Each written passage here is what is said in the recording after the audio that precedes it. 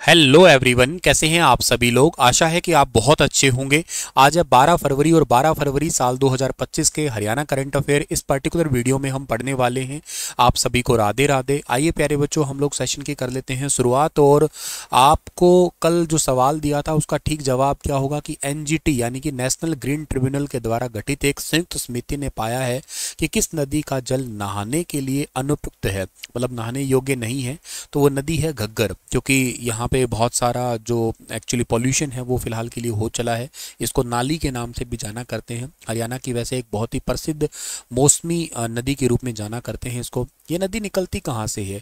ये नदी निकलती है हिमाचल प्रदेश से, ठीक है ना। ये नदी निकलती है हिमाचल प्रदेश से। हिमाचल प्रदेश में कहाँ से निकलती है? हिमाचल प्रदेश का एक जिला है जिसका नाम है सोनल। सोनल नाम के डिस्ट्रिक्ट से निकलती है ये। और वहाँ की पहाड़ियाँ हैं, उस पहाड़ियों को आप लोग याद रख लीजिएगा। डागशई की पहाड़ी, डागशई की पहाड़ी से ये नदी निकलती है। अच्छा सर, ये डागशई की पहाड़ी से नदी तो निकलती है, ठीक है, समझ में आता है। कितनी मीटर ऊंचाई से निकलती है? 1927 मीटर की ऊंचाई से ये नदी निकलती है। और वहाँ पे बेसिकली जो हरियाणा का जो क्षेत्र है जिसमें एंटर करती है, वो क्षेत्र कौन सा है? कालका। कालका के अंदर एंटर करती है, कालका पंचकुला में एंटर करती है ये। और इसके बाद में हरियाणा के कौन कौन से जिले के अंदर ये बहती है? तो एक तो जिला है पंचकुला, पंचकुला जिले के अंदर बहती है ये। पंचकुला के बाद में कौन से? पंचकुला के अलावा जो है ना ये पंजाब में भी बहती है वहाँ से निकल के। इसके अलावा जो है ना ये हरियाणा का एक जिला है अम्बाला, अम्बाला के अंदर भी ये नदी बहती है। अम्बाला के पास में ही बाद में जाती है ये पटियाला, ठीक है ना। पटियाला, पटियाला पंजाब का हो गया, पटियाला क्षेत्र है, पटियाला, पटियाला पंजाब का क्षेत्र हो गया। इसके बाद में जो है ना ये आती है हरियाणा के अंदर फिर से, और हरियाणा का क्षेत्र कौन सा? कैथल। कैथल के बाद में आती है ये फिर से पंजाब का इलाके के अंदर, ठीक है। और उसके बाद में फिर जाती है ये हरियाणा के फतेहाबाद, फतेहाबाद। और फतेहाबाद के बाद में जो है ना आती है ये सिरसा। सिरसा में ओटू बैराज है, और ओटू बैराज पे जो है इसको उसके बाद में इसको हाकड़ा कहते हैं। और फिर ये राजस्थान के अंदर एंटर कर जाती है। राजस्थान के अंदर एक जगह है हनुमान, ठीक है ना, हनुमानगढ़। हनुमानगढ़ के अंदर जाके मरुस्थल में जाके फिर विलुप्ति हो जाती है। ज़्यादा पानी हो तो बात अलग है, अदरवाइज तो विलुप्ति हो जाती है, समझिएगा। और इसकी जो सहायक नदी है, इसकी सहायक नदी जो है ना वो कौन सी है? इसकी बाईं ओर से सहायक नदी है, बाईं ओर से सहायक नदी है इसकी। और वो कौन सी है? एक तो है सरस्वती, सरस्वती इसकी सहायक नदी है। सरस्वती के अलावा जो है ना इसकी सहायक नदी है टांगरी, टांगरी जो है ना ये भी इसकी सहायक नदी है। और इसके अलावा मारकंडा जो है ना, मारकंडा, ये भी इसकी सहायक नदियों में से एक आती है आपकी। और इसके अलावा भी और किसकी सहायक नदी है कोई? हाँ सर, इसके अलावा जो है ना इसकी सहायक नदियों में आती है एक चेतांग है, चेतांग नदी इसकी सहायक है। इसके अलावा झाझरा, ठीक है ना, बहुत कम पानी, मतलब ये सारी कह सकते हो आप लोग मौसमी नदियां ही हैं। एक है कौशल्या, ठीक है ना, कौशल्या, कौशल्या भी एक सहायक नदी है इसकी, ठीक है ना। इसके अलावा जो है ना एक सिरसा के अंदर एक नदी थी सुरसती, सुरसती, सरस्वती का ही पार्ट कहते थे इसको, सुरसती, ये भी इसकी एक सहायक नदियों में से एक मानी जाती है आपकी, ठीक है। इसके अलावा एक बात याद रखना है आप लोगों को कि ओटू बैराज के बाद जैसे मैंने कहा ना, जिसको हाकड़ा भी कहते हैं, हाकड़ा संस्कृति या हाकड़ा सभ्यता के रूप में भी जो है ना इसको जाना करते हैं हम लोग। और इसके अलावा आप लोग ये याद रखना कि हरियाणा में इस नदी की लंबाई कितनी है। तो हरियाणा में इसकी लगभग 241 किलोमीटर टोटल लंबाई है।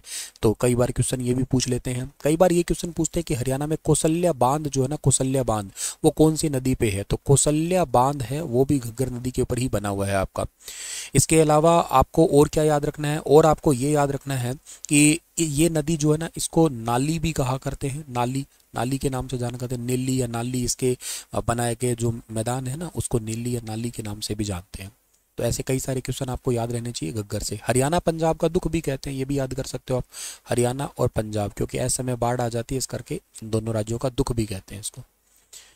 हरियाणा वॉलीबॉल एसोसिएशन के अध्यक्ष कौन बने हैं? तो हरियाणा वॉलीबॉल एसोसिएशन के अध्यक्ष बने हैं कर्ण चौटाला। ऑप्शन नंबर बी इस सवाल का ठीक है। हरियाणा के फिर से वॉलीबॉल एसोसिएशन के अध्यक्ष चुने गए हैं। 8 जनवरी 2025 को JCD विद्यापीठ में इलेक्शन हुआ था और उसमें सर्वसम्मति से दोबारा से अध्यक्ष चुन लिए गए हैं। इस चुनाव में विजय सिंह को जनरल सेक्रेटरी और विक्रम सिंह को ट्रेजर की जिम्मेदारी सौंपी गई है। इस चुनाव में सभी पदाधिकारियों को सदस्यों की सहमति से ही नियुक्त कर लिया गया है।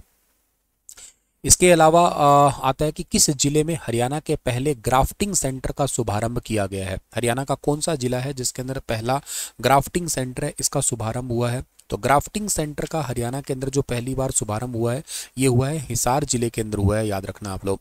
अच्छा सर, ग्राफ्टिंग सेंटर जो है ना ये क्या है आपका? ग्राफ्टिंग सेंटर बेसिकली चौधरी चरण सिंह हरियाणा एग्रीकल्चर यूनिवर्सिटी में हरियाणा का सबसे बड़ा सब्जियों का ग्राफ्टिंग सेंटर है। 1,51,00,000 रुपए से बन के तैयार हो गया है ये। ग्राफ्टिंग टेक्निक से सब्जियों में नए नए प्रयोग किए जाएंगे। और इसके अलावा जापान, कोरिया, स्पेन जैसे देश है इसमें 1920 से 80% सब्जियों का उत्पादन ग्राफ्टिंग टेक्निक से ही कर रहे हैं। तो भारत में अभी 5% भी बहुत ज़्यादा नहीं है ये। इस सेंटर का टारगेट ये है कि ग्राफ्टिंग टेक्निक से सब्जियों की जड़ों को बदलकर उन्हें किसी भी प्रकार के रोगों और ख़राब मौसम से बचाना होता है, बिना रसायन के ऑर्गेनिक उत्पादन करना है। और निजी क्षेत्र में छत्तीसगढ़ में ग्राफ्टिंग का काम सबसे पहले किया जा रहा है, लेकिन सरकारी लेवल पे जो है ना डेडिकेटेड ग्राफ्टिंग सेंटर है ये पहली बार ही बना है। जैसे क्या होता है तुमने देखा होगा ना कि जो कोई सब्जी है, तरबूज का मान लो बेल है, उसको काट के उसकी ग्राफ्टिंग करके किसी और के साथ में उसको अपडेट कर दिया जाता है। तो इसमें बेसिकली क्या होता है, खासकर खीरा है, टमाटर है, शिमला मिर्च है, उगाने के से 3-4 साल बाद मिट्टी में जो है ना वो नेमाटोड का प्रकोप बढ़ जाता है। इसके कारण सैकड़ों पॉली हाउस जो है ना बेकार पड़े हैं। तो इस करके मतलब क्या होता है कि 1-2 साल के बाद में फसलें धीरे धीरे अच्छी नहीं हो पाती है, तो ग्राफ्टिंग टेक्निक से ज़्यादा सब्जियों का उत्पादन हम लोग कर पाएंगे। हिसार की बात करें तो हिसार को आप इस्पात नगरी के नाम से जानते हैं। हिसार का एरिया कितना है? हिसार का एरिया 3983 वर्ग किलोमीटर है, ये याद रखना आप लोग। हिसार कब बना था? हिसार जब हरियाणा बना था तभी बना था, यानी कि 1 नवंबर 1966 को 1966 को ही जो है ना हरियाणा का हिसार बना था। और हिसार को वैसे बसाया किसने था? हिसार को बसाया था फिरोज शाह तुगलक के द्वारा बसाया गया था 1354 में। इसमें एक बहुत प्रसिद्ध गुजरी महल के नाम से भी महल है, तो वो आप याद कर सकते हो। गुजरी महल ये फिरोज शाह तुगलक की प्रेमिका थी गुजरी, उन्हीं के प्रेम में ये बनवाया गया था। इस महल में ना काला पत्थर लगाया हुआ है, ब्लैक ब्लैक स्टोन के नाम से इसको जाना भी करते हैं, काला पत्थर। और इसके अलावा आप और क्या याद कर सकते हो? और एक हिसार के अंदर ना एक 40 हाफिज़ का मकबरा भी है। 40 हाफिज़ का मकबरा अगर पूछ लिया जाए तो कहाँ पे? हिसार के अंदर है। और रेलवे का शिपयार्ड भी है, हिसार के अंदर ही है वो। इसके अलावा एक बात और याद रखना आप लोग कि ग्राम सेवक नाम का एक समाचार पत्र है ना, ग्राम सेवक नाम का एक समाचार पत्र है, वो भी हिसार से ही निकलता था आपका। लाला हरदेव संपादक थे इसके, और उनका गांव था लाला हरदेव का सातरोड़, ठीक है ना, सातरोड़ गांव से संबंधित है वो। हिसार में एक बहुत पुराना स्थल है अग्रोहा, ठीक है ना, अग्रोहा की थे के रूप में जाना जाता है, जहाँ से सारेगामापा के अंकित सूर्य देवता की मूर्ति, टकसाल वगैरह बहुत सारी चीज़ें जो है ना वो वहाँ से मिली है आपकी। इसके अलावा एक बात और याद रखना है आपको कि हरियाणा का जो HAU यूनिवर्सिटी है ना, हरियाणा एग्रीकल्चर यूनिवर्सिटी, इसको हिसार एग्रीकल्चर अवार्ड मिला हुआ है, ठीक है ना, इसको मिला हुआ है हिसार कृषि एग्रीकल्चर अवार्ड मिला हुआ है। ऐसा प्राप्त करने वाला ये हरियाणा का पहला इंस्टीट्यूट है। वेरी वेरी इंपॉर्टेंट है ये क्वेश्चन आपका, तो ऐसे सवाल कई बार आपसे पूछे जा सकते हैं। इसके अलावा आप लोग और क्या याद कर सकते हैं? और आप लोग ये याद कर सकते हैं कि हिसार के अंदर ही हांसी आता है, और हांसी में 1798 में जॉर्ज थॉमस ने अपनी राजधानी बनाई थी। उस टाइम पे इसमें बहुत सारे गांव आते थे, लगभग 1243 गांव इसी के अंडर ही आते थे। इसके अलावा अनिता कुंडू का संबंध भी आपको अगर पूछ लिया जाए तो भी हिसार से ही है, फरीदपुर गांव से है ये। और ये बेसिकली नेपाल और चीन के रास्ते से माउंट एवरेस्ट की चढ़ाई करने वाली पहली भारतीय महिला बनी थी, और 3 बार माउंट एवरेस्ट को फतेह कर चुकी है अब तक ये। एक बैडमिंटन खिलाड़ी भी है हिसार से, जिनका नाम आप याद कर सकते हो, साइना नेहवाल। एक दूरदर्शन केंद्र भी हिसार में था, हालांकि वो अब चंडीगढ़ में शिफ्ट हो गया है। 1 नवंबर 2002 को सेटअप किया गया था सुषमा स्वराज जी ने, लेकिन अब वो चंडीगढ़ में शिफ्ट हो चुका है, हिसार में नहीं रहा वो, ठीक है। और इसके अलावा 1857 की क्रांति जब हुई थी ना, 1857 का रिवोल्ट हुआ था, तो उसमें हिसार से इस क्रांति का जो बेसिकली बिगुल बजाया था वो थे हुकमचंद थे, ठीक है ना, हुकमचंद थे। एक हालांकि और थे मुनीर बेग भी थे, ठीक है ना, मुनीर बेग हालांकि थे हांसी के, लेकिन हांसी हिसार में ही पड़ता है, ठीक है। इसके अलावा एक पर्टिकुलर हिसार से थे शहजादा साहब, शहजादा मोहम्मद आजम करके उनका पूरा नाम था। तो इन्होंने 1857 की क्रांति का हिस्सा जो है ना वो लिया था। और इसके अलावा ज्योतिरादित्य सिंधिया ने हाइड्रोजन प्लांट का एक उद्घाटन किया था हिसार के अंदर, फरवरी 2024 में किया था, याद रखना आप लोग, जिंदल स्टेनलेस स्टील के अंदर। तो इसी करके हिसार को वैसे स्टील सिटी के नाम से भी जाना करते हैं हम लोग। ओम प्रकाश जिंदल की वजह से ही कहा जाता है, क्योंकि हरियाणा का स्टील किंग भी कहते हैं ओम प्रकाश जिंदल को। हिसार में ना एक नेशनल रिसर्च इक्वाइन सेंटर भी है, सेंटर ऑन इक्वाइंस घोड़ा फार्म जिसको कहते हैं, जनवरी 1986 के अंदर बना था। ये एकमात्र इंस्टीट्यूट है भारत का, याद रखना आप लोग, ठीक है। तो ऐसे कई सारी चीज़ें हैं जो याद कर सकते हो आप लोग यहाँ पे।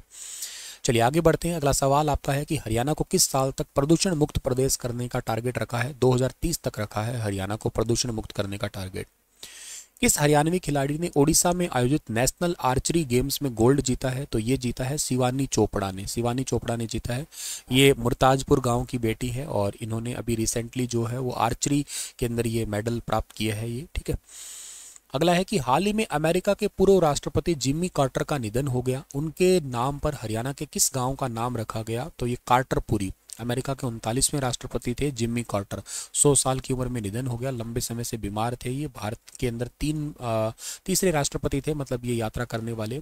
और 3 जनवरी 1978 को तत्कालीन फर्स्ट लेडी जो रोसालिन कार्टर ने नई दिल्ली से 1 घंटे की दूरी पे एक हरियाणा का दौलतपुर का इलाका है, दौलतपुर नसीराबाद, यहाँ पे गए थे और यहाँ इनकी यात्रा सफल रही। इसके बाद गांव के निवासियों ने उस क्षेत्र का नाम कार्टरपुरी रख दिया।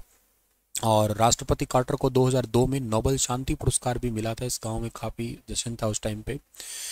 भारत यात्रा करने वाले तीसरे राष्ट्रपति थे, एकमात्र ऐसे राष्ट्रपति जिनका भारत में व्यक्तिगत संबंध भी था। उनकी मां लिलियन ने 1960 के दशक के अंत में पीस कॉर्प्स के साथ भारत में स्वास्थ्य स्वयंसेवक के रूप में काम किया था और 1977 से 1981 तक अमेरिका के राष्ट्रपति रहे। 1 अक्टूबर 1924 को कार्टर को जन्मे थे। 2002 में नोबेल शांति पुरस्कार मिला था। 1977 में आर फोर्ड को हरा के राष्ट्रपति बने थे ये, और मिडल ईस्ट से रिश्तों की नींव रखने के लिए इनको जाना जाता है।